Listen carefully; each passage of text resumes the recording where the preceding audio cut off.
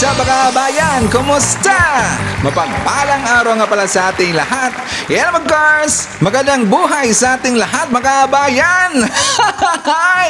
Panibagong araw na naman, panibago namang makabalbalan ng ibang kampo at pag-uusapan mga kabayan. And of course, wala nang intro pa. You already know how this is. Si Sir Ivan na naman mga kabayan, mag-iingay sa inyong mga cellphone o sa inyong mga TV. Yes, si Sir Ivan mga kabayan, ang pinakabulol na vlogger sa balatang YouTube.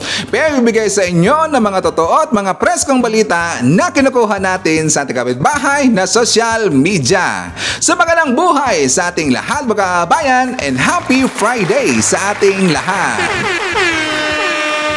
Okay, so kumusta ang lahat mga kabayan? How are you today? Well, I'm hoping na sana magandang ating gising ngayong umaga at meron tayong very energetic na aura. At sana po mga kabayan na hindi nyo kalimutan ang mag-pray ngayong araw. Kat 1 minute lang po. Magpasalamat tayo sa ating Panginoon. Kay Lord Jesus Christ na ngayong araw ay gumising pa tayo at magpasalamat din po tayo sa mga blessings nating na-receive araw-araw at mga blessings na hindi natin nakikita. Okay? So please, don't forget to pray always, every day. At before mag-start ng araw mga kabayan, well, siyempre alam na ho nating lahat na kung saan, i-check mo natin dito kung sino pa yung nakapasok sa ating top 5 commenters doon sa ating last vlog. At nandito sa lista mga kabayan, ang nanguna po ay si Robel Ferrer Official, nandiyan po sa listahan si Shane Sibal, Eduardo Cartera, Maria Mida Ciplon, and Amy Joaquin.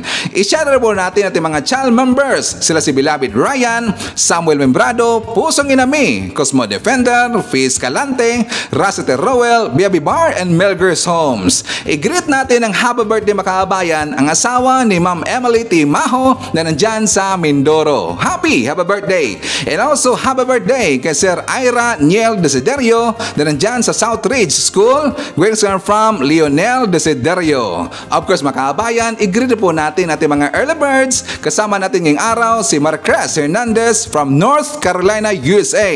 Nandyan po si Monflower, Erwin Sinoren, Margaritas Iglesias, Army Lagaso, Linda Lim from the city of Ilagan, Isabela. Hi to Marilyn de los Santos, Tizia Mars from Hong Kong. Nandiyan po si Darwin Sudaria or Biahiro TV. Esther Deson from Balanga City, Bataan. Maiti Baisa, Erika Pagmahal, Jelen Quezon, and Ma'am Evangeline Sanchez. Okay, so makabayan ko, well, pasensya niyo po si Sir Ivan kasi alam na ho nating lahat kapag wala si Sir Ivan, hindi po makapag-vlog, busy ang ating mukha mga kabayan, busy ating beauty. Well anyways, babawi si Sir Ivan ngayong araw kasi nga marami kong napansin mga kabayan doon po sa mga DBs ng mga vlogger. Alam niyo po ang ginagawa nila, kung napapansin niyo po, napakaaga nila na nangampanya mga kabayan. Yes, totoo yan. At saka doon po sa kanilang mga vlogs, kasi nga naglibot-libot si Sir Ivan, away palagi ko nilang sinisiraan po si Bibi mga kabayan. At syempre, palagi nilang itinataas po si Bibi Sara kasi nga maaga na silang nangumpanya mga kabayan. Well, alam na ho natin lahat kasi nga mismo nga si Bibi Sara mga kabayan, di ba sinabi niya na pumunta siya doon sa isang event sa Mindanao na kung saan mangampanya daw siya kasi nga tatakbo siya on the next election. Di ba sinabi niya yan? So ito pong mga DBs na mga vlogger, mga anti-Marcos, ginamit nila lagi yung latest po na survey ng SWS mga kabayan. Nalaban natin yan na kung saan, di ba doon po sa trust survey, nakuha po ng 73% si BBM at si Bibi Sara is 77%. Tambak na mga kabayan. Tambak ba yung ganyan? Kasi nga alam nyo para sa akin, no, hindi naman kasi basihan yung 73% at saka yung kay Bibi Sara na 77% kasi nga magkaiba naman sila ng level mga kabayan. Si BBM, presidente ho siya. At saka napakahirap po abutin. Totoo lang, napakahirap po abutin yung 73% the trust rating. Totoo yan mga kabayan. Kasi nga, iba naman po kasi yung responsibilidad ng presidente natin, ang iniisip po niyan ay buong Pilipinas po mga kabayan. Marami pong mga issue na tinutugunan po ang ating gobyerno, lalong na si PBM. At saka kung matandaan rin po natin, di ba nakuha si PBM ng net satisfaction value na plus 47 at saka Bibi Sara plus 77 mga kabayan. Pero mga gunggong naman kasi ito mga DBS vlogger kasi ginawa na mga kabayan is 40 47% daw kay BBM. Ginawang percent, mga gunggong talaga eh. So doon po sa kanilang mga vlog, well, alam ho natin at saka expected ho natin yan, palagi lang sisiraan po si BBM. Kasi nga ayaw na makaabayan na makapag-unite pa dito sa mga Marcos vlogger or doon po or dito po sa mga Marcos supporter at lalong-lalo na sa mga loyalista.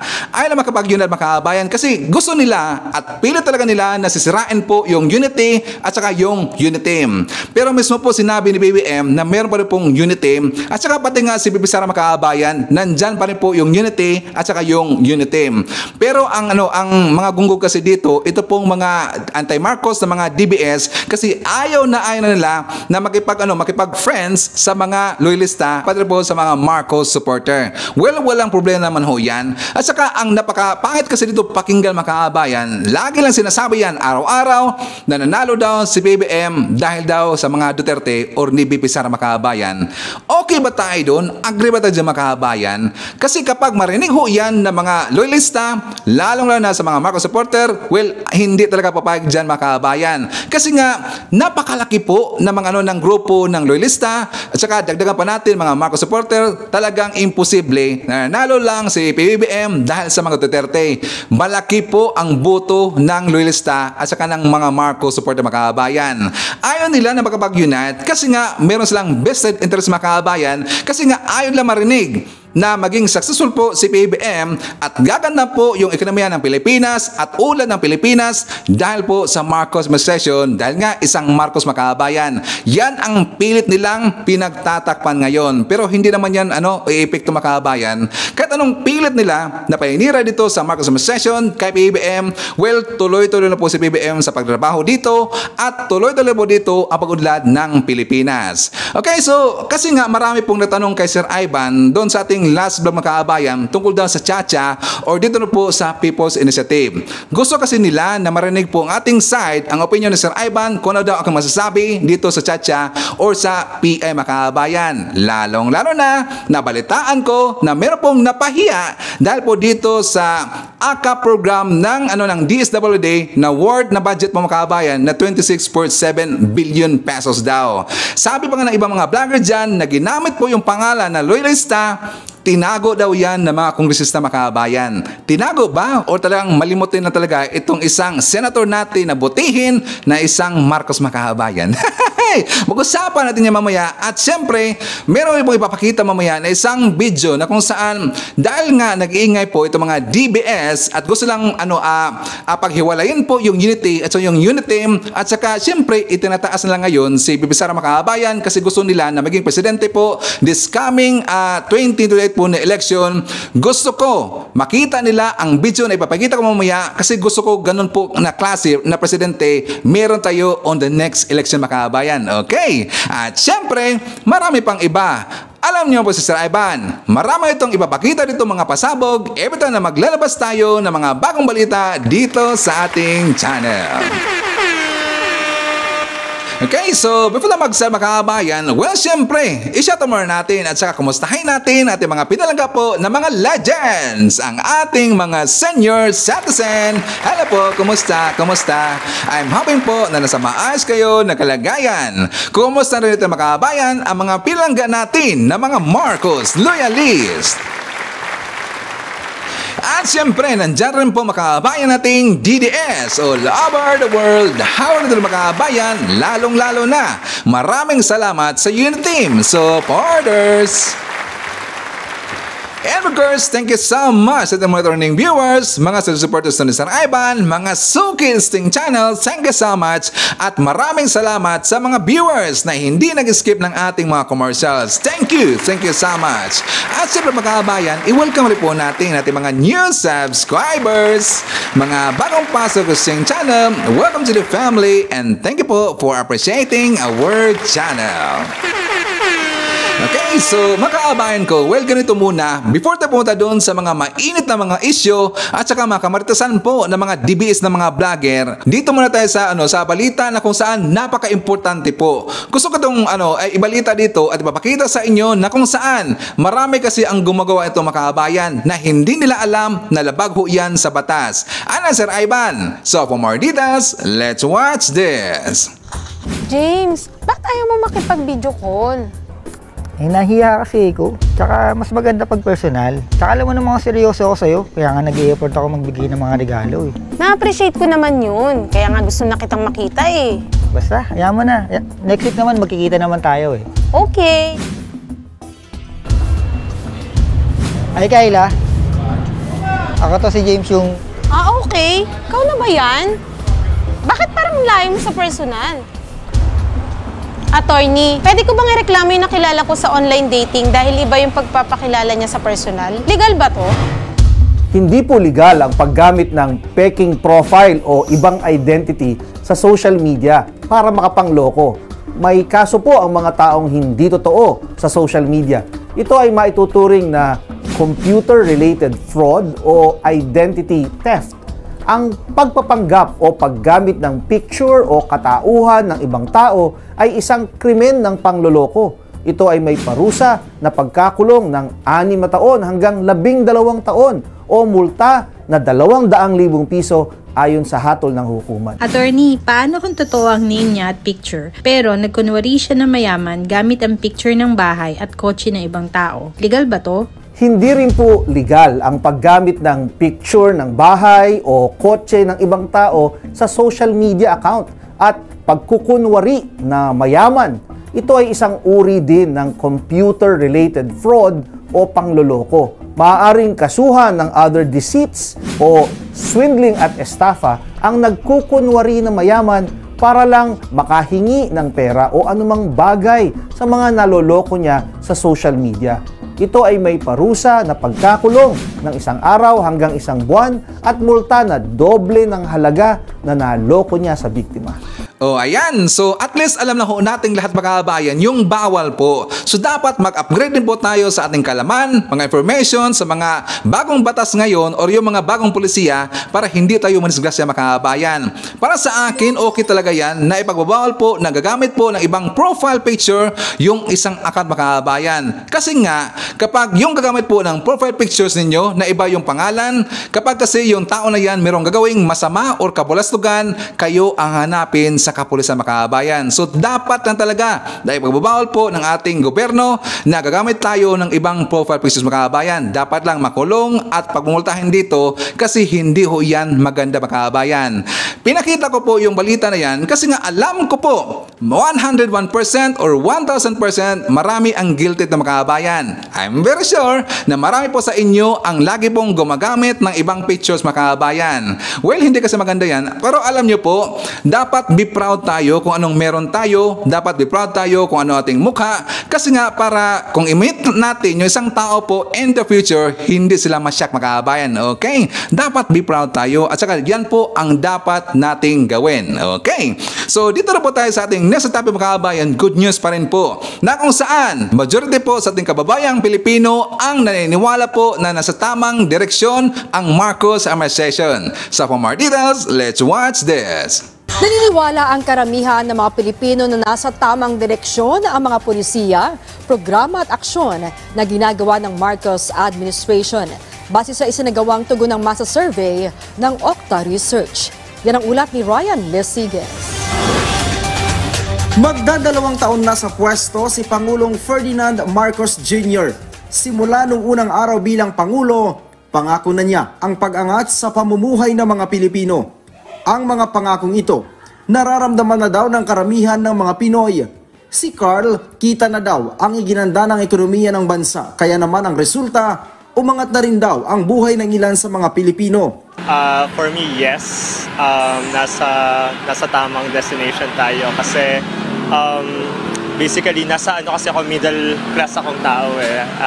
I consider myself as in the middle class. So I guess yung mga taxes na binabayaran namin, ako nakikita ko siya sa mga daan, sa mga, yung mga nasa laylayan, medyo umaangat na sila ngayon. Ganito rin ang paniniwala ni Don Don na isang delivery rider. Kasi maganda naman ang tuloy-tuloy naman ang ang pag-unlad ng ekonomiya. Galing po sa serbisyo ng sa serbisyo ng gobyerno natin kay BBM. Sa pinakahuling survey na tugon ng Masa 2024 na isinagawa ng Okta Research Group, lumalabas na karamihan sa mga Pilipino ang naniniwala na nasa tamang direksyon ng Pilipinas sa ilalim ng administrasyon ni Pangulong Marcos. Sa datos ng Okta Research, 64% ng mga Pilipino ang determinadong nasa maayos na lagay ang bansa. Mas mataas ito ng 2% kung ikukumpara sa 62% na nakuha sa tugon ng masa survey buwan ng Oktubre 2023. Kabilang sa pinagbasehan ng mga respondents ang mga polisiya, programa at hakbang na ginawa ng Pangulo para sa bansa. Isinagawang survey noong December 10 hanggang 14, nasa 1,200 ang respondents ng survey mula Luzon, Visayas at Mindanao. Well, alam ko na po ang sasabihin dito ng mga haters mga kababayan, unahan natin. Fake news yan! Kailan nagbulag-bulagan, naglulukuhan, kasi yan naman talaga ang lagi lang sinasabi mga kababayan, kasi nga sila hindi po marunong manood po ng mga news from the government platforms at gusto lang pakinggan mga kababayan yung mga vloggers po na lagi pong naninira sa Marcos administration. Sabi lang lagi na yung ating gobyerno, wala dang kwenta, wala dang ginagawa, nagbalikan daw yung mga krimen, yung mga pang-rape, mga drogas, at saka nagtaasan daw yung presyo ng mga bilihin natin. Yan po ang lagi lang sinasabi. Bakit? Kasi siyempre, nautos na makabayan. At saka alam niyo po, sa totoo lang, ito totoo lang makabayan, ang nakita kasi na mga ganun po klase na mga mentalidad, yung merong mga mentalidad na ganyan, yung katulad po sa mga interview doon sa survey makabayan, na nakita nila na sa maganda talaga na direksyon yung gobyerno natin, ang gobyerno si PBM, ang mga pulisya ni PBM, sila po yung lagi pong nanonood po ng mga proyekto, ng programa ng gobyerno natin, at nakikita nila yung mga ginagawa po ng mga infrastructure diyan sa Pilipinas mga kababayan. Sila po yung laging nakita. Pero kasi siyempre, meron po tayong mga kababayan na hindi po talagang mga well-informed, lalong-lalo na doon po sa mga hindi po mahilig manood po ng mga balita, hindi po marunong makichika dito sa mga mga admin ng mga vloggers. Yun po kasi ang madali pong mauto mga kababayan. Lalong-lalo na isang tenga lang po nila yung laging nakakarinig dito po sa mga anti-Marcos. Kaya yan po ang lagi lang sinasabi na wala pong magandang ginagawa ang Pangulo natin. But sad to say, that is true talaga na marami pong nabudol mga kababayan yung nauto po na mga anti-Marcos. Pero at least, lumalabas dito sa survey na totoo naman talaga na sa maganda talaga na direksyon ang gobyerno natin dahil po yan sa pamumuno po ng isang Marcos makabayan. Okay? So dahil rin po dito sa isang magandang programa ng gobyerno natin, ito po ang isa sa nagustuhan po ng mga kababayan natin. So for more details, let's watch this. Dahil sa mas pinadaling pagpaparehistro ng mga negosyante sa DTI, nakapag-ulat ito ng mas mataas na bilang ng mga rehistradong negosyo mula pa noong 2023. Yan ang ulat ni Sujin Kim. May 5 taon ng store owner si Maricel Borlado. Kasosyo niya ang kanyang kapatid. Malaking tulong ang family business niya sa mga gastusin sa pagpapaaral sa kanyang mga anak. Kaya naman para iwas abala, hindi niya kinaligtaang iparehistro ang kanyang tindahan. Maliit na ambag niya ito upang makatulong sa gobyerno. Registered siya, ma'am. Importante siya para alam mo naman, ma'am, yung pondo ng taong bayan sa tax nag-uumpisa. So, kailangan i-register para merong pumapasok na pondo. 1 taon ng tindera sa karinderya si Lani Sabado kasama ang kanyang kapatid. Dahil rehistrado ang kanyang pinapasukan, kampante siya na may tuloy-tuloy siyang trabaho. Kailangan po yun. Kasi po, hindi ka po pwede makapag-business po dito pag wala ka pong permit. Kasi kailangan po dito sa Makati po yun. Halos 1 milyong negosyo ang nagparehistro ng kanilang business name noong 2023. Ayon sa tala ng Trade and Industry Department, 5% mas mataas kumpara noong 2022. Sabi pa ng DTI, 88% ng business name registrations ay bagong rehistro lamang, habang 12% ang business renewal. 78% rito ay online, habang 22% lamang ang dinaan over the counter. Pangunahing nagpaparehistro ang mga sari-sari store, kasunod ang mga restaurant at mobile food services. Pangatlo naman ang real estate activities. Karamihan ay dati nang nagnenegosyo ngunit ngayon pa lamang nagpaparehistro. Ayon sa DTI, mahalaga ang pagpaparehistro dahil hinuhubog nito ang tiwala ng mga mamimili. Anila, mas mapagkakatiwalaan ang isang negosyo kapag ito'y rehistrado. Makakakolekta ng buwis ang pamahalaan at dumarami ang mga trabaho. Nung una kasi parang nag-e-eksperimento pa lang sila. Tinitingnan muna nila kung kikita yung negosyo nila at tatangkilikin ng mga tao. So ngayon na gusto na nila talagang maging lehitimo dahil nakikita nila yung potential ng kanilang negosyo na lalago ito, kaya marami na ring nag-register na kanilang mga negosyo. Patuloy na nakikipag-ugnayan ang DTI sa mga LGU upang mas mapalakas ang Filipino entrepreneurs sa merkado. Paalala ng DTI na maaari nang magparehistro online. Makakabayad din ng registration fee gamit ang online banking o e-wallet. Meron tayong mga social media, merong mga official DTI Facebook page, Instagram, meron na rin po tayong TikTok. Successful ito dahil una nga, makikita natin sa numero ng mga nagre-register ng business nila, mas dumadami, ibig sabihin mas marami ang pumapasok sa pagnenegosyo. Maganda yung marami nagre-rehistro at nagnenegosyo kasi dumadami rin yung nabibigyan ng trabaho sa pamamagitan ng mga negosyong binubuksan. Ang pagpapadali sa proseso ng pagpaparehistro ay alinsunod sa Ease of Doing Business Act na masugid na isinusulong ni Pangulong Ferdinand R. Marcos Jr. Okay ba mga kabayan? Kung okay po, please like our video, okay? Saka i-share rin po natin mga kabayan para marami pong mga kababayan nating makabalita tungkol dito sa mga good news sa gobyerno natin. And I challenge sa mga haters, sa mga anti-Marcos, sabihan niyo yung mga DBS vlogger kung kaya ba nilang ibalita po yung mga good news. Sige nga, I challenge you. Kasi kapag gagawin nila makabayan, bakit ayaw nila? Kasi nga ayaw po ng mga viewers nila na ibabalita po ng mga channels nila yung mga good news makabayan. Gusto nila mga bad news eh. Gusto nila paninira lang sa gobyerno natin eh. Gusto nila sisiraan lang po si PBM at saka si Efelisa makabayan. Mga gunggong kasi eh. So anyways, kung meron mga good news makabayan, meron po isang panukala na walang kwenta talaga. Ano yan, Sir Ivan? Mamaya pag-usapan natin yan. But before that, i-shout out natin. Kasama natin si Nonoy Floren Hills, Rosemary Vidal, nandyan po si John Wick, Emi Sarino, Rales Carlinga, Aida Fajardo, Noel Narcida, Nining Joy, Arceli Gibero, Kelium Mall. Hi to Family Chaps Group, Angelita Holsinger, Eloisa Villanueva, and biyahe ni EGTV from South Korea. Okay, so meron kasing kwenta makabayan na isang kongresista, meron siyang gusto na mapasa po dyan sa Kamara. Ano yan, Sir Ivan? Gusto niya, meron pong heartbreak leave. Alam ba natin makaabayan na for example, yung pagka nabasted dito sa kanyang kasintahan or meron siyang natipuhan po na babae pero busted siya makaabayan, dapat daw magkaroon dito ng heartbreak leave. Di ba walang kwenta? Kasi nga marami ho dito mga napaka-importante talaga na dapat nating pagtuunan mo ng pansin, ibang mga panukala or siyempre yung mga issue po sa Pilipinas, dapat iba, pero ito walang kasing kwenta makabayan. Para sa akin, totoo lang, walang kwenta talaga yan. O para sa inyo makabayan, okay ba yan? Please comment down below. Pero sa akin, walang kwenta talaga eh. Saka babasahin po natin yung balita makabayan para meron tayong idea. Sabi dito, isinusulong sa Kamara ang isang panukalang batas na naglalayong pagkalooban ng unpaid heartbreak leave ang mga empleyadong sawi sa pag-ibig.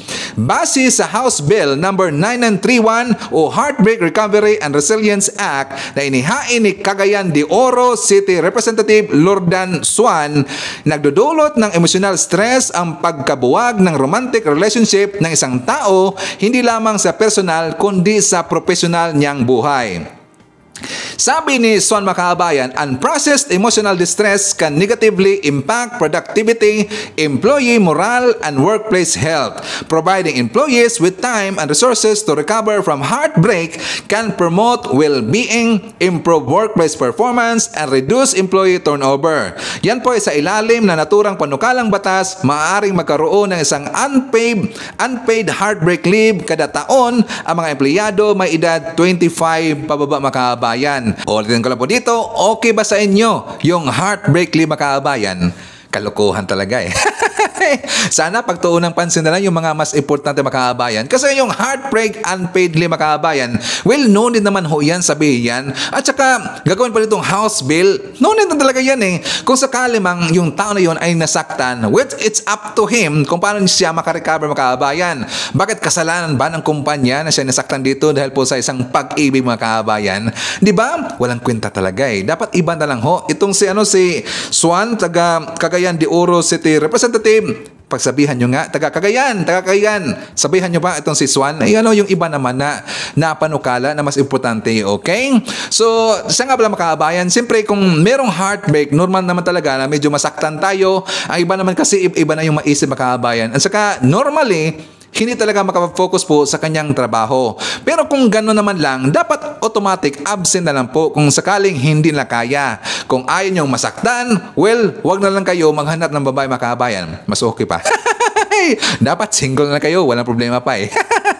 So anyways, dito na tayo sa usaping Chacha makabayan at saka sa usapin po na PI kasi marami pong nag-ask kay Sir Ivan ano daw aking masasabi dito. But before that, dito muna sa sa balita po na kung saan marami kasing tumutol dito sa Chacha makabayan kasi nga I am very sure at kitang-kita ho natin na sinisiraan po nila yung tungkol dito sa Chacha. Di ba alam ho natin at saka mismo na po ni PBM sinabi naman kasi yung Chacha kung ano man yung babaguhin dyan, ito lang po kasi yung economic probation makabayan. Economic probation lang po. So ang masasabi ko dito talagang botong-boto po si Sir Ivan na merong babagahin po dyan sa ating saligang batas or yung charter change makabayan.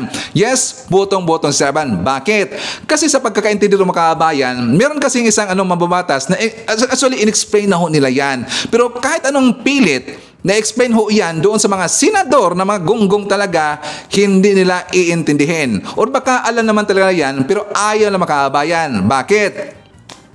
Kasi ang tingin ko dito, meron pong nagmanipula dito sa mga senador makabayan. Well, tingin ko lang yan, opinion ko lang yan. Meron pong nagmanipula dyan na sasabi or sinabi sa kanila na wag niyong aprobahan po yung Chacha na plano po ni PBM. Bakit? Unang-una, kapag successful po itong plano po ni BBM na babaguhin po yung amendments na or yung economic provision po ng Chacha makabayan, kasi nga, di ba sinabi ho yan, economic provision. Ang ibig sabihin, nakikita ho yan ni PBM, nakita ho yan ng mga financial experts, na mga economic experts na kung saan malaki talaga ang potential po ng Pilipinas makabayan na talagang aangat kapag merong babaguhin po na provision dyan sa current po natin na saligang batas makabayan. Ano yan, Sir Ivan? Like for example, di ba nakita ho yan ng mga economic experts natin na tumaas po at talagang tumataas pa ng tumataas ang ekonomiya sa Pilipinas. Number 2, nakita rin po ng mga financial experts na talaga yung inflation rate sa Pilipinas matagal talagang na-maintain na makabayan. At saka nakita pa natin sa balita na bumaba po. Ang ibig sabihin, mayroon talagang potential po ang Pilipinas. At saka number 3 makabayan, ayaw kasi na mga anti-Marcos o nung kabilang kubol na uunlad ang Pilipinas under sa pangalan po ng mga Marcos. At saka alam niyo po, marami itong nagreklamo naman kasi na ay ang mahal po ng presyo ng bigas. Bakit mataas pa rin po yung presyo ng bigas samantalang sufficient ho tayo sa supply makabayan? Napansin ba natin yan? Kasi nga, isa po doon sa ito lang pagkakatindi ko ha, kasi meron kasi na-explain yan na isang mambabatas na kung saan kapag i-amend nila yung saligang batas makabayan at meron silang papalitan doon or babaguhin, iba ang napamahal po sa presyo ng bigas ay hindi naman gobyerno, hindi naman yung Pilipinas, hindi po yung mambabatas, kundi ang napamahal sa makabayan, yung mga middleman. At meron pong narinig si Sir Ivan, saka in-explain po yan isang mababatas na kapag maprobahan po yung Chacha sa na bagong yung proposal po ni PBM, tatanggalin po yung middleman makabayan at yan po talagang illegal na or hindi na po pagpawala na po yung middleman. Kasi nga number 1 talaga sa nagpataas po ng presyo ng ating mga bilihin or specifically sa mga agriculture, yan kasi ang middleman makabayan. Kaya ako'y botong-boto talaga dito sa gagawin po na provision or babaguhin po yung ating saligang batas o yung Chacha para naman po uunlad ang Pilipinas makabayan. Totoo naman talaga na malaki po yung potential ng Pilipinas. Kasi kung napapansin natin, di ba, na nalampasan na natin yung Malaysia, Indonesia, nalampasan natin yung Vietnam, pero hanggang dyan lang tayo makabayan. Bakit? Kasi kapag ganun pa rin po ang sistema ng Pilipinas, ang saligang batas, hindi po aangat ang Pilipinas. Hanggang dyan lang po. Gusto ba natin yan? Diba? Palagi yung in-explain ho ng mga mabatas natin, and even yung mga economic experts in-explain na ho yan, pero ayaw po intindihin ng ating mga botehing mga senador makabayan, lalong-lalo na si Senator Amy Marcos at ito rin po si Senator Joel Villanueva makabayan. Bakit kaya? But before that, let's watch this. Sa gitna ng patuloy na pagsusulong ng Kamara sa charter change, binigyang diin ng isang kongresista na hindi lang ekonomiya, kundi maging sektor ng kalusugan ang lubos na makikinabang kapag naisakatuparan ito. Kaugnay niyan, pumalag din ang mga mambabata sa pag-uugnay ng ilan sa ACA program sa People's Initiative. Yan ang ulat ni Mela Les Moras. Hindi lang ekonomiya kundi maging sektor ng kalusugan lubos na makikinabang kapag naamyendahan ang konstitusyon. Yan ang sinabi ni House Deputy Majority Leader Janet Garin na isa ring doktor sa gitna ng patuloy na panawagan ng Kamara para sa economic charter change. Ayon kay Garin, marami kasing research institute at pharmaceutical companies na hindi makapagpatayo ng negosyo sa bansa dahil sa restrictive laws ng Pilipinas. At kapag naisaayos na ito, tiyak na magkakaroon ng mas murang mga gamot at medical supplies sa bansa at magbubukas din ito ng iba pang oportunidad. Hinggil sa kahalagahan ng sektor ng kalusugan, kaya't lahat ng makatutulong dito sana'y magawa ng paraan. Panawagan ni Garin, naway tutukan na ng Senado ang pagpasa sa Resolution of both Houses No. 6 na siyang magbibigay daan sa Chacha. How can you invite big research facilities to come here kung ang lupa ay kailangan nilang maghanap ng dami at pwede silang i-threaten every now and then? And mind you, ano yung impact nito sa taong bayan? Yung ating mga magagaling na doktor, yung ating mga scientists, ang dami-daming mga research facilities and pharmaceuticals outside the Philippines na karamihan ng kanilang mga empleyado at mga scientists and medical professionals are Filipinos. Ang iba pang kongresista, una na rin binigyang diin ang economic gains na makukuha ng bansa kapag naisakatuparan ang Chacha. May tugon din sila sa sinasabi ng isang legal luminary na hindi na kailangan pa ng Chacha, gayong mismong mga foreign investor na ang nagsasabi na hirap silang makapag-invest dahil sa higpit ng ilang batas sa bansa. They would know the challenges that they face before investing in our country. And syempre we respect former Justice Carpio. He's a man of great experience. But between theory and practicality, and real talk, ika nga na sinasabi natin, pakinggan natin yung mga investors. And I think it doesn't take much to be observant, and compare our situation and that of other countries. Hindi ho sapat yung mga batas na ipinapasa ho ng Kongreso para na ma-encourage po ang ating mga foreign investors na magnegosyo sa ating bansa. Yun lamang po ang dapat na malinaw sa ating pong mga sambayan ng Pilipino na we have to amend the restrictive economic provision. It is now the best time to amend our fundamental law of the land.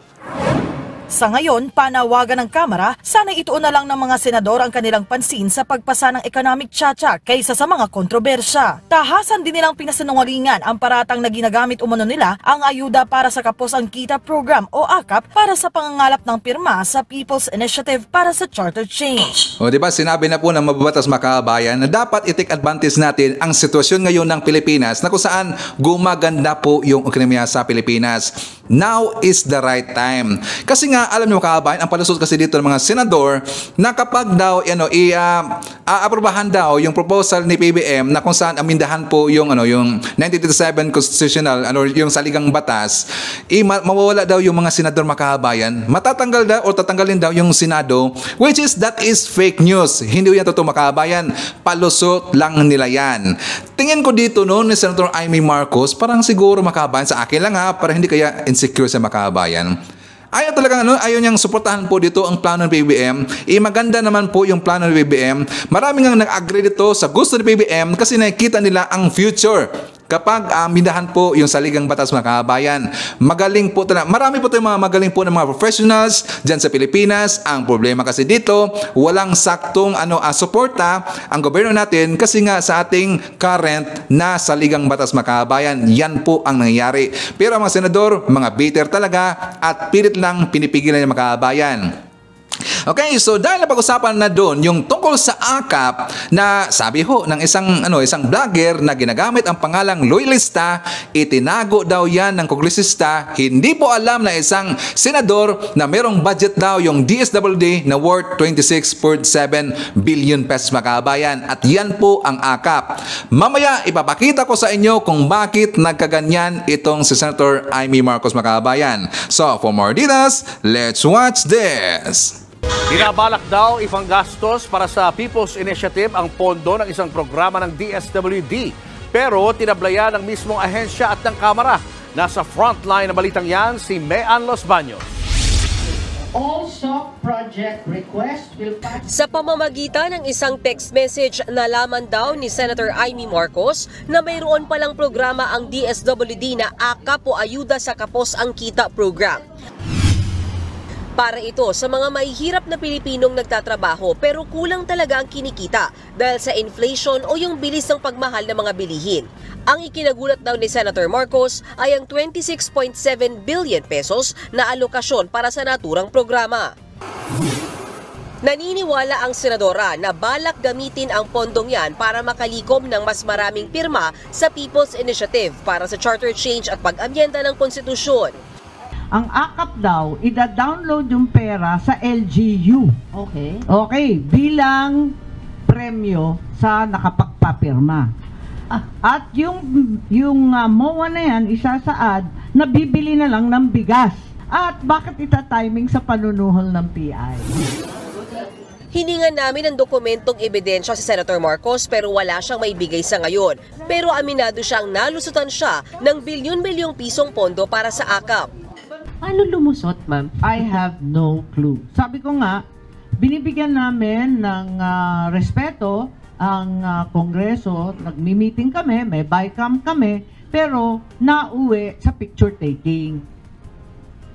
Yun. Tapos yung diskusyon na iiwan na lang sa committee na maliliit, hindi ko alam eh. Nagugulat na lang kami kung bakit lumalabas yan. Pag na-imprenta na, yung GAA 2024, ayun, nagkakagulatan na. Mismo yung committee mo, yung committee ko, yung COMELEC, yung DSWD, nalulusutan. Pero sa kopya ng 2024 General Appropriations Act, malinaw namang nakasaad ang 26.7 billion pesos na pondo para sa AKAP program. At ang dokumentong yan, pirmado mismo ni Senator Amy Marcos. Pati si House Senior Deputy Speaker Dong Gonzales Jr. ipinakita ang Bicameral Committee Report na pirmado nga ng senadora. Na Senator Amy, ito po, nakabilog yung pangalan niya, na pumirma po siya sa Bicam report. Sada po, tinignan niya to, this 26.7 billion.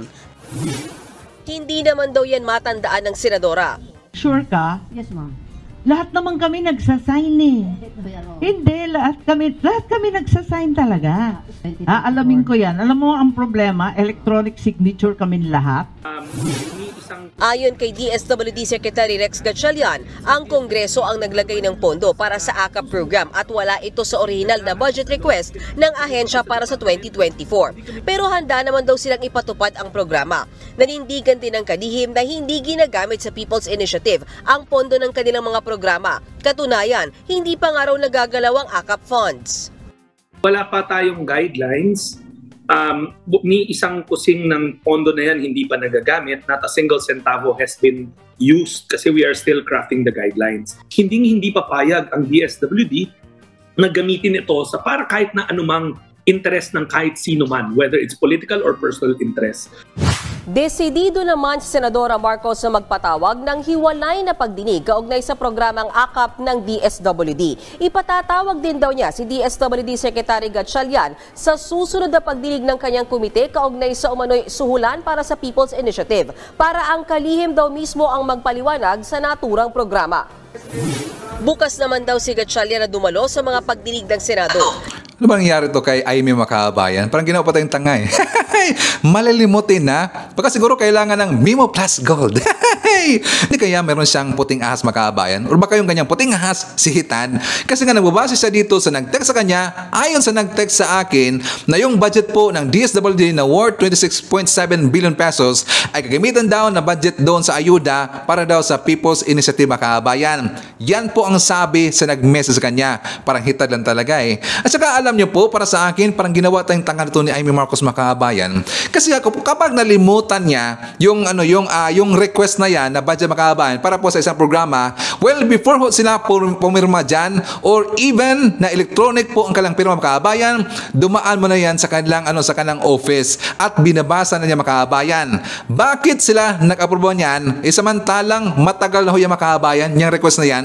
Yan po ay sa panahon pa po ni Congressman Erwin Tulfo na nandun pa siya bilang sekretary doon sa DSWD Makabayan. Diba sa DSWD pa itong si Erwin Tulfo, kasi nga si Secretary Erwin Tulfo, siya po kasi yung author or nag-coin po ng programa ng Makabayan, yung AKAP ng DSWD. But before natin babalikan po itong si Senator Aimee Marcos, ipapakita ko muna sa inyo ito pong statement ni Congressman Erwin Tulfo kung sino-sino po yung mga kababayan natin na makabenepisyo dito po sa programa ng DSWD, yung AKAP Makabayan. So for more details, let's watch this.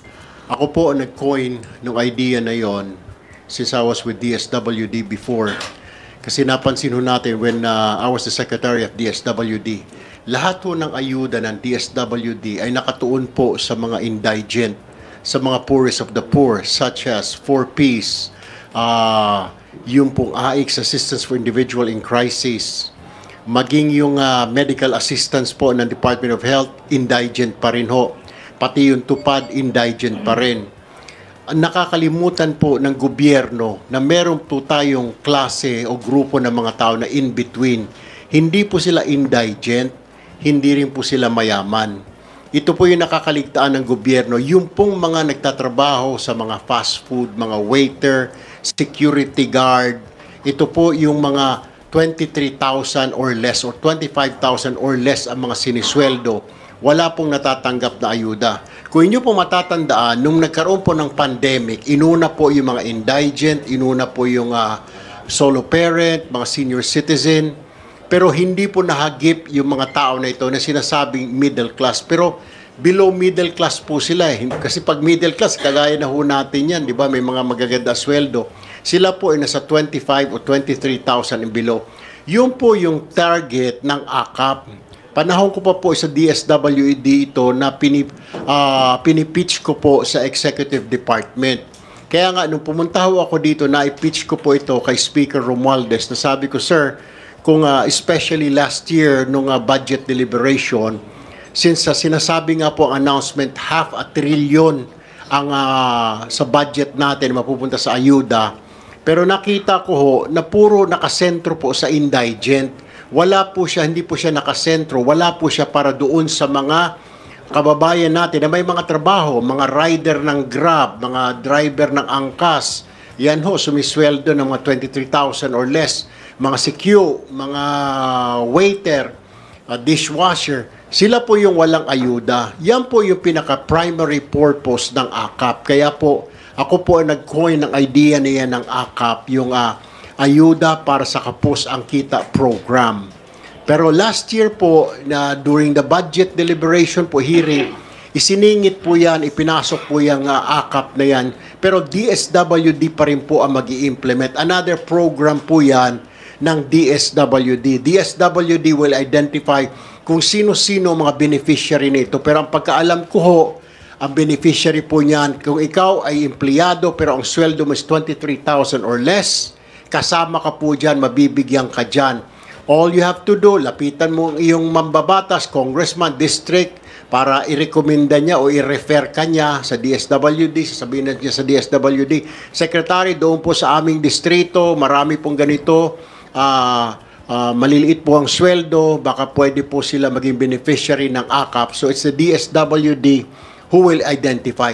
One time po ito, assistance ng gobyerno. Last year po ito kasi nga po doon sa tumataas po yung inflation natin para kahit papano to ease up the burden. Ngayon, last year po yun. Ngayon, kung next year, isasama ulit sa budget na ito, then yun ho yung purpose lang ho talaga nitong AKAP. Pero I heard daw na nagagamit po ito sa pang suhol, para sa pirma.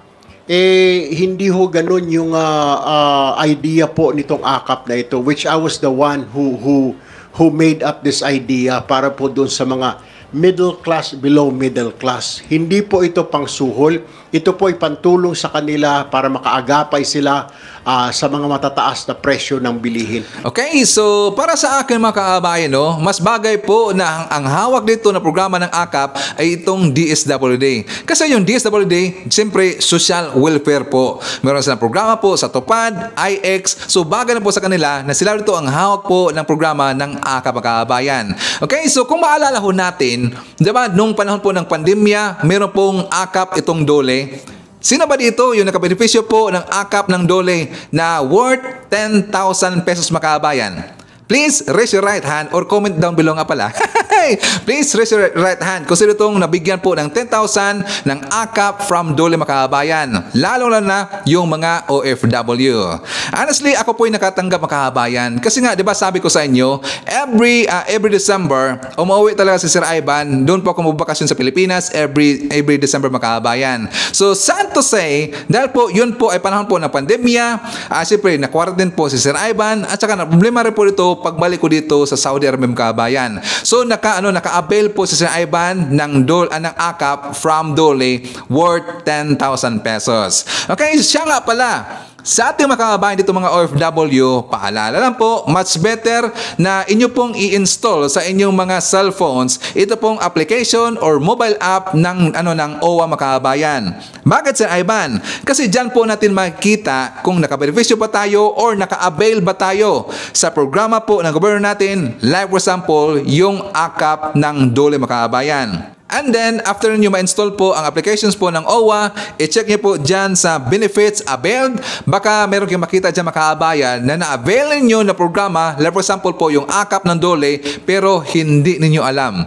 Dapat i-check ho natin yan. Kasi baka ginamit yung account makaabayan, well, alam na ho natin na usong-uso talaga yung mga merong kabulustagan makaabayan. So, much better po, i-check po natin ang ating account from the government makaabayan. Okay ba? So, babalikan natin itong si Senator Amy Marcos at kanyang best friend na kalyado talaga ngayon sa pagkontra po sa mga programa ng gobyerno natin dyan sa Kamara o mga plano po ng taga-Kamara, itong si Senator Joel Villanueva makaabayan. Bakit sila kontra dyan, Sir Ivan, sa AKAP ng DSWD? Kasi kung maalala ho natin, di ba, pandemic time mga kaabayan, year 2020, yun po ang time na inaprobahan po itong AKAP ng DOLE. Pero sino ba ang nanguna dyan? Si Joel Villanueva mga kaabayan. Di ba?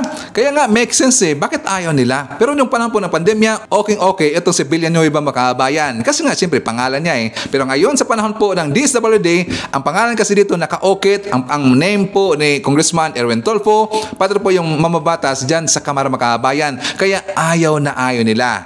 Okay, babalikan natin, magkano ba yung budget ng AKAP ng DOLE sa panahon po ng year 2020, yun sa pandemya?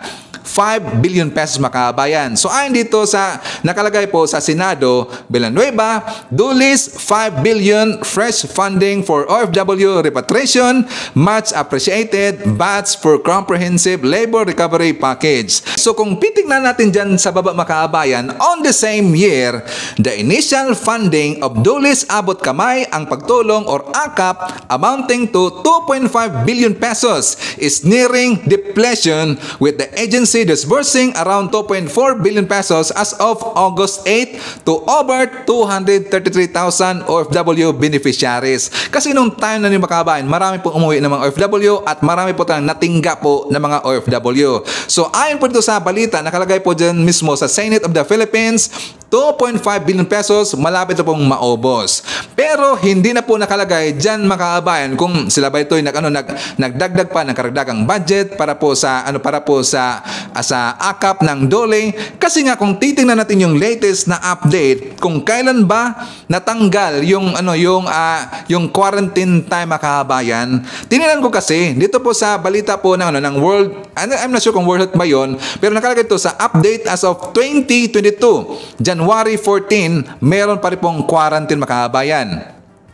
Yes, meron pa rin po. Take note, first quarter of year 2022, meron pa rin pong quarantine ang mga OFW, pati po yung ibang mga visitor dyan sa mga from other countries mga kaabayan, bumisita po sa Pilipinas. Meron pang quarantine. So, ang ibig sabihin, 2020, malapit na maubos ang budget po ng 2.3 ba yun o 2.5 billion pesos ba yun?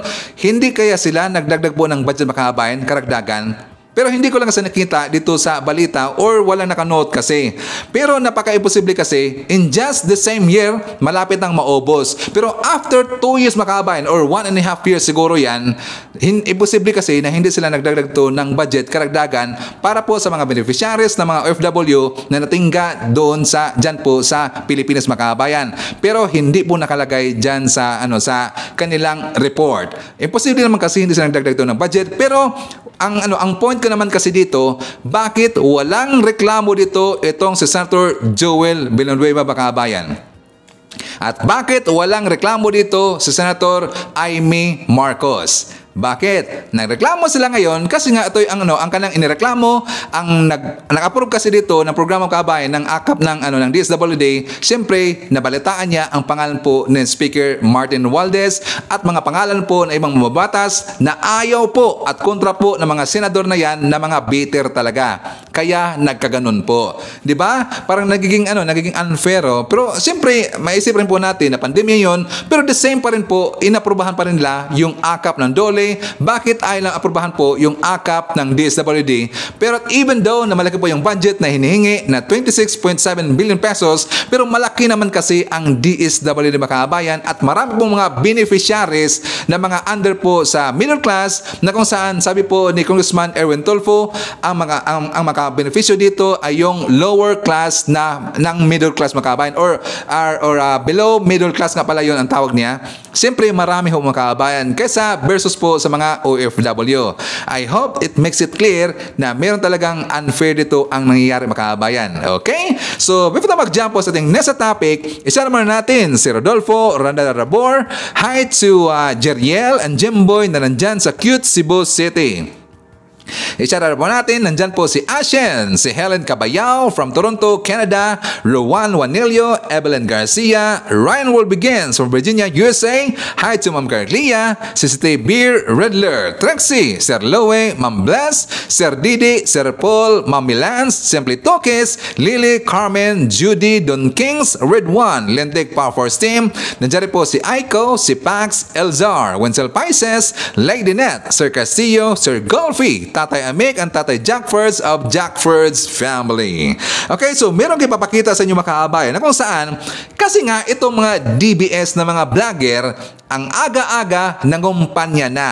Okay, walang problema ho yan. Right naman lang yan eh. Pero gustong-gusto ko makaabayan na dapat ang next natin na presidente, ganito pong karakter na meron makaabayan. So for more details, ibabalik ko lang sa inyo yung interview po ni Katon Ying doon po kay E.S. Bersamin makaabayan. So for more details, let's watch this. Maniwala kayo kay Presidente, he was probably very ready for this job. Okay. Given these issues that have been confronting us from the time I joined this administration, I often wondered, nagtataka ako kung bakit marami pang naghahangad na maging Pangulo sa hirap ng responsibilidad, sa dami ng mga issues at problema na hinaharap at lulutasin ng isang opisyal na Pangulo ng ating bansa. Ngunit nakita ko kay Presidente Marcos na dedicated siya. Kung alam lang natin, naalaman ko ito kay First Lady. Bumabangon si Presidente ng maaga. At pinag-aaralan niya yung mga reading materials na pumupunta sa kanya. At para ma-distress siya, I think he has physical regimentation. He exerts effort to protect his health because we need him to be healthy. Now, alam mo, meron ding stress sa kanya. Hindi natin maiwasan yan na lahat tayo dumadaan sa ganyan. Meron siyang mga formula for removing stress. Okay. So, with his preparation, no, siya ay aral sa statecraft because he was the son of a president who was there for a long period. Okay, no better training can be obtained sa statecraft than being on the side of a person who has been a master of statecraft. Tapos, mother niya, remember, First Lady, not only First Lady, tapos active pa sa political and social life ng ating bansa.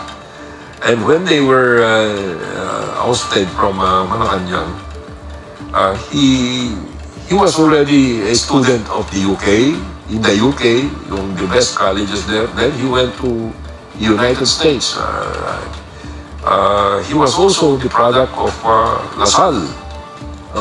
That kind of a preparation is probably the best, if not the kind of preparation that you would need for this kind of position. Now, compare him to others who might have reached the presidency. I think he was the most prepared. He was the most prepared. Si Pangulong Bongbong. Hindi marunong magalit yan, although napupuno rin. Hindi siya yung palasigaw. Yun ang masasabi ko sa kanya. Nagulat na ako dahil nakala ko may temper. No? Pero yung impression ng iba na may temper siya, hindi po nangyayari sa aking paningin or karanasan itong buong taon. Wala akong narinig na walang panahon na narinig ko siya, naringgan ko siya ng galit or sigaw, nagmura. Huwag ko lang sabihin na hindi. Maganda po yun. Kaya lang, meron pong mga tao na yun lang hinahanap. Gusto na maging magalit o kaya medyo maging mabagsik ang Pangulo. Yan naman huwag nyo lang isipin yan. Dahil alam ko si Pangulo kung hinihingi ng pagkakataon, palagay ko meron din siyang temper na sama. At ito sasabihin ko sa iyo, he might have reached his limits in a few instances. Kagaya sa bigas, sa onion. The president always yung kanyang reaction always shows that he is a very analytical person. He is hindi siya yung off-the-cuff na knee-jerk reaction. Hindi. Well-studied ang kanya. Now, how does he do this processing? Kung temperamental siya, I doubt if that kind of processing can be expected from him. So he's just reacting very intelligently and very broadly about these issues. He cannot be compared to any other person. He has his own way of doing things. No? Yung iba, sabihin, decisive sila because nagmumura sila or that's not good to make a comparison with them. Yung iba, nagpapahuli ka agad ng tao, hindi ganun si Presidente. But all the time na mayroong bilin si Presidente, it's a whole of nation, whole of government approach lagi. No? Yung nangyari dun sa Digamo. Okay, that's one instance. Si Presidente, he summoned all the relevant agencies, police, military, NICA, and everybody. Lahat kayo. Sabi niya, I was always present in those meetings. So, natutukan namin kaagad yun. Walang kaming araw na pinalampas na hindi namin pinag-usapan yun. West Philippine Sea. Lalo na nung sinumon niya yung Chinese ambassador. No? Ayaw ko sanang pagkitin ito. Pero that's a kind of a decisiveness na hindi mo makikita siguro sa ibang tao He summoned the ambassador. Pinagalitan po niya. Hindi, alam ko si Presidente, hindi siya yung tao na, oy, Mr. Ambassador, ganito, hindi ganon. But the way he stated the position of our country doon sa laser, military grade laser pointing, sabi ko, my admiration was never higher. Napahanga kayo ng Pangulo. Kasi I was part of that meeting. He summoned that ambassador, and the ambassador was mounting an official party line. Pero sabi niya, I thought the Philippines was the friend of China. If there is a stronger word there, I do not know what is. It seems that what we agreed in China, the president did not go down to the lowest levels. Okay, sa mga anti-Marcos dito, sa mga haters, we have to make sure na ganyan po na klase na meron ang isang leader, karakter, yung qualifications, ang ating next na presidente. Okay, we have to make sure dapat katulad po kay PBBM. Hindi man yan nagmumura, pero epektibo po ang kanyang mga plano para po sa gobyerno natin, para po sa ekonomiya natin, at sa bansang Pilipinas. Dapat ganun na klase na leader. Okay? So, anyways, makaabayan, yan po at mga nakalap ng mga balita ngayong araw. Kung nakaabot ka po sa portion na to, sana nakapag-like na ho tayo. Libre po ang mag-share. Libre din ang mag-subscribe. Again, maraming salamat sa mga viewers na hindi nag-skip ng ating mga commercials. Thank you so much. And before natin tatapusin ating programa ngayong araw, sana sabayan nyo si Sir Ivan para sa ating live messaging prayer. Dear God, una at higit sa lahat, nais kong ipahayag ang aking taos-pusong pasasalamat sa lahat ng mga biyayang ipinagkaloob mo sa akin. O Diyos ko, sa bawat araw, nakikita ko ang aking sarili na may utang na loob sa iyo at hindi ko mapigilang magkasala. Nagpapakumbaba akong lumuluhod sa iyo, humingi ng iyong kapatawaran para sa aking mga paglabag. Naway gabayan mo ang aking pang-araw-araw na buhay at pahintulutan mo akong makalakad ayon sa iyong kalooban. O Diyos ko, ang buhay ko ay sa iyo at isinusuko ko po ang lahat sa iyo. Pakiusap, linisin mo po ang aking mga iniisip at kaluluwa at pagilingin ang aking mga kalungkutan at pasakit. Taimtim din akong nagsusumamo sa iyo, nagabayan at protektahan ang aking pamilya at mga kaibigan. Naway pamunuan mo sila sa kanilang buhay at tiyakin ang kanilang kaligtasan. Ako at ang aking mga mahal sa buhay ay magpapasalamat sa iyo magpakailanman. Minamahal po kita at nananabik ako sa presensya mo sa aking buhay. Amen. So maraming salamat mga kabayan, and I hope to see you again on my next video.